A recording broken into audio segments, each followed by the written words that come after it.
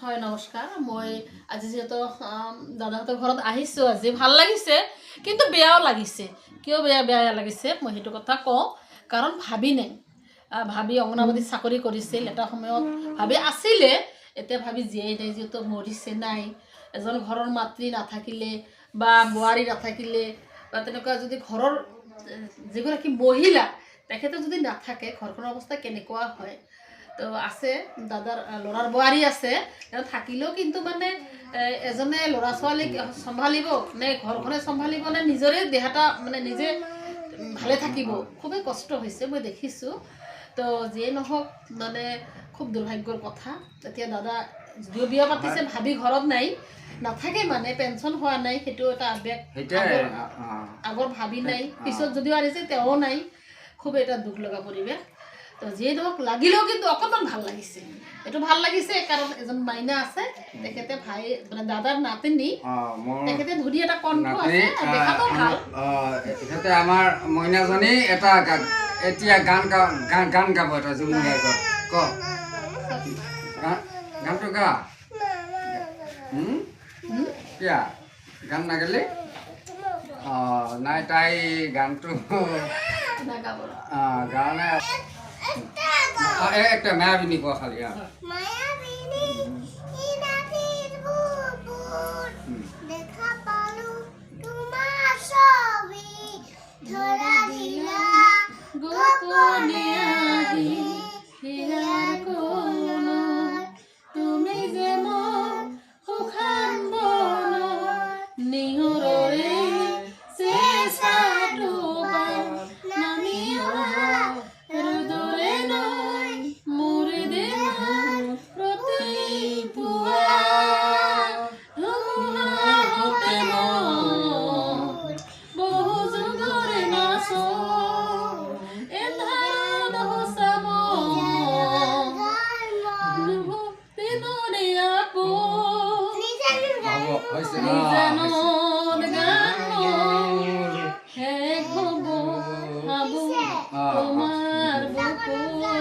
আচ্ছা ঠিক আছে। এতিয়া আচলতে সৰু মানুহ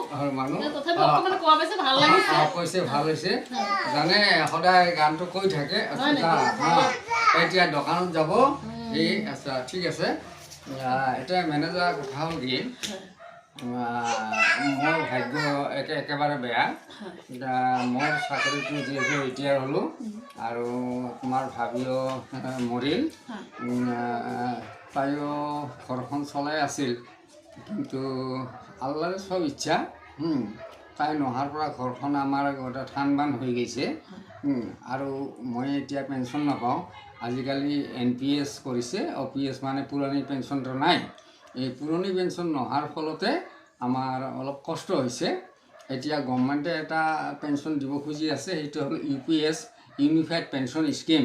কিন্তু ইউনিফাইড পেঞ্চন স্কিম দিম বুলিহে কৈছে, কিন্তু 1 বছৰৰ সময় লৈছে আৰু 1 বছৰৰ ভিতৰত মানে এইটো বাছনি কৰিব লাগে।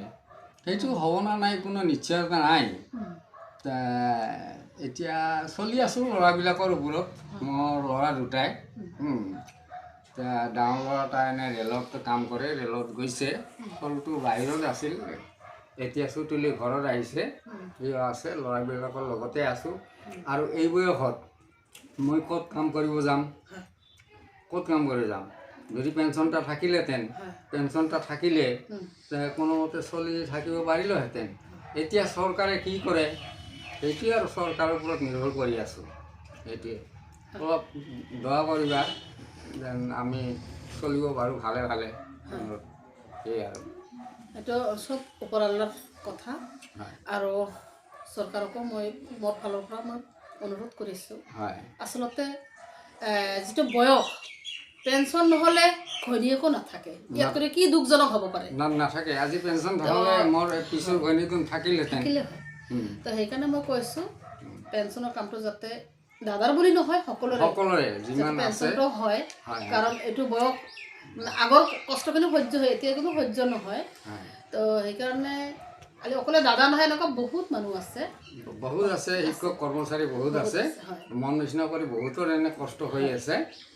এই আৰু মই বাতৰি দিওঁ মাজে মাজে তাতে কমেণ্ট দিয়ে কমেণ্টবিলাকত যে আমাৰ দেউতা আজি 1200 টকা পায় কোনোবা 1400 টকা পায় এইখিনি টকাৰে কি সংসাৰখন চলে নেকি এনেকুৱা কৰি কমেণ্ট দিয়ে হয় এইখিনি টকাৰে সংসাৰখন কেতিয়াও নচলে আৰু বৃদ্ধ বয়সত বেমাৰ আজাৰ বেছি হয় সেইবিলাক চিকিৎসা কৰাৰ কাৰণে পইচা এটা দৰকাৰ সেই পইচাটো ক'ৰ পৰা আহে এই আৰু পুৰণি পেঞ্চন নহ'লে মানে বহুত দিগদাৰী হ'ব আৰু এই শিক্ষক কৰ্মচাৰীখিনি এই আৰু ঠিক আছে আজি লগ পোৱাৰ কাৰণে ভাল লাগিল আৰু কেতিয়াবা সময় পালে আহিবা ভাল লাগিল ঠিক আছে থেংক ইউ ছ' মাছ আকৌ যাতে লগ পাওঁ তাৰে আশা কৰিছোঁ ধন্যবাদ